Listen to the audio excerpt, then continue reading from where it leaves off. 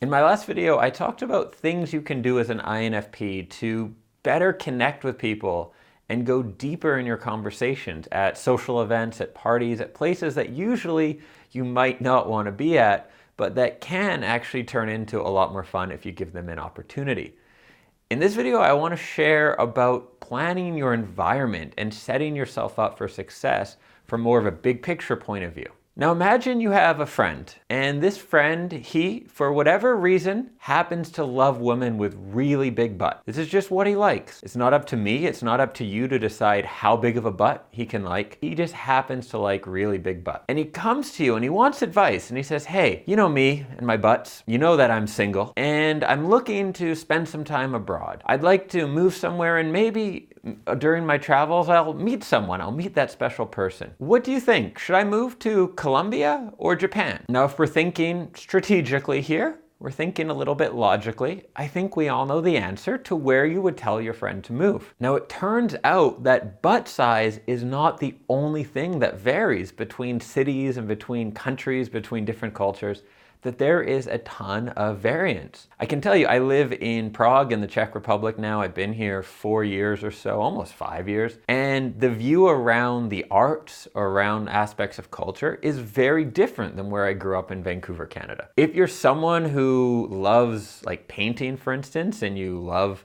art, probably you're going to connect with a lot more people in a place like this than you might being in, say, Minnesota. It's just how things are. At this point, I've lived in 7 different countries, and I can tell you that there is At this point, I've lived in 7 different countries, and I can tell you things vary a ton in terms of what people value, how people behave, the types of conversations you're going to have. And for me, I see this as an amazing opportunity to reflect on the type of people you want to spend time with, what's important to you, what values you hold dear, and then maybe take a more proactive stance to change where you live. If where you are right now is not somewhere where you find interesting people, where you connect with those people around you, don't take this video as an excuse to be upset about that, to be bitter, to say, you know, where I live, this place sucks, there's no way I can meet interesting people. No, it's on you. It is still your responsibility. You can pack up and move. All my great-grandparents were immigrants. The old school type who like got on a boat with a bottle of whiskey and $4 in their pocket when they were 17 and sailed across oceans. Why did they do it? They did it for a better life. They did it for an opportunity to do more. And we still have that opportunity. You can also do the same thing though on more of a micro level. Now, again, I encourage people to move. I encourage you to explore the world and all that sort of stuff. And I'll link to some more videos where I talk about both why I think you should do that and how to do it. But you have the possibility to do it within your own city as well. I guarantee that wherever you are now, there's probably an opportunity to go to different kinds of groups or events or training classes. I was talking to a client the other day and I suggested going to an improv comedy class. It's a great way to connect with interesting people, to have fun, and to find other people who are maybe trying to do something a little more interesting with their lives, right? Another one of my clients is from the UK and is really into language learning. And so she started a meetup group around that topic in her city. And it turns out there's hundreds of other people in her city who are also interested in that.